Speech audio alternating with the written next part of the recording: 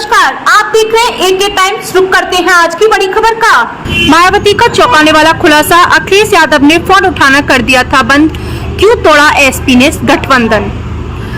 मायावती ने कहा कि 2019 लोकसभा चुनाव में बसपा को 10 और सपा को 5 सीटों पर जीत मिली थी, जिसकी वजह से अखिलेश यादव ने बात करना दूर, फोन उठाना भी बंद कर दिया था।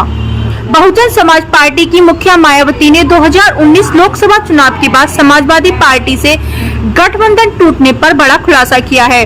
बसपा सुप्रीमो ने कहा कि चुनाव के बाद अखिलेश यादव ने बसपा नेताओं का फोन उठाना बंद कर दिया था।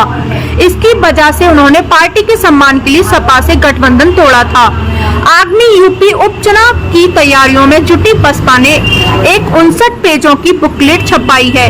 इसमें पार्टी कार्यकर्ता और बसपा समर्थकों को पार्टी की रणनीति से रूबरू कराने की कोशिश की है। ये बुकलेट कार्यकर्ताओं को दी जा रही है ताकि उन्होंने पिछले कुछ सालों में लिए गए मायावती के अहम फैसलों के पीछे की वजह बताई जा सके और बताया कि बसपा ही दलितों की सबसे बड़ी हितैषी है।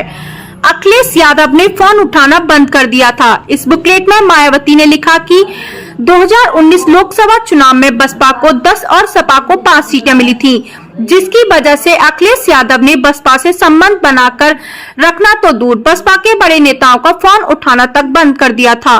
मायावती ने कहा कि इसलिए पार्टी स्वाभिमान को बरकरार रखने के लिए उन्होंने सपा से गठबंधन तोड़ने का फैसला लिया था।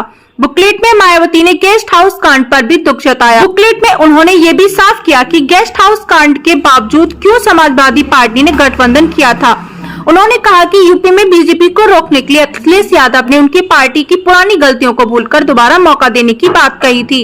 उन्होंने अपने समर्थकों से सपा के पीडीए से सावधान रहने को कहा।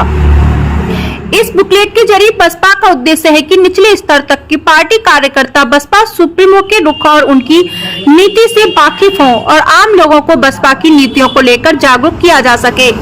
बसपा का खास फोकस दलित और पिछड़ी जातियों को ये समझाना है कि बाकी पार्टियां उनके वोट के लिए काम करती हैं, जबकि बसपा उनके हित में आवाज उठाती है।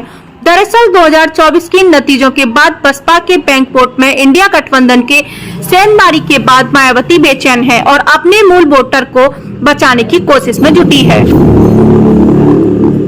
सुनिए, जिस समय गठबंधन टूटा उस समय मैं आजमगढ़ के मंच पे था। आदरणीय बलराम यादव जी थे, बलिहारी बाबूजी भी थे। दोनों सपा बसपा का जो लीडरशिप थी सब उस मंच पर मौजूद थी। किसी को नहीं पता था कि गठबंधन टूटने जा रहा है, किसी को नहीं पता था। मैंने खुद फोन मिलाया था ये पूछने के लिए कि आखिरकार ये गठबंधन क्यों तोड़ा जा रहा है, और जो सामने प्रेस मुझे मंच के नीचे मिलेगी उसको मैं जवाब क्या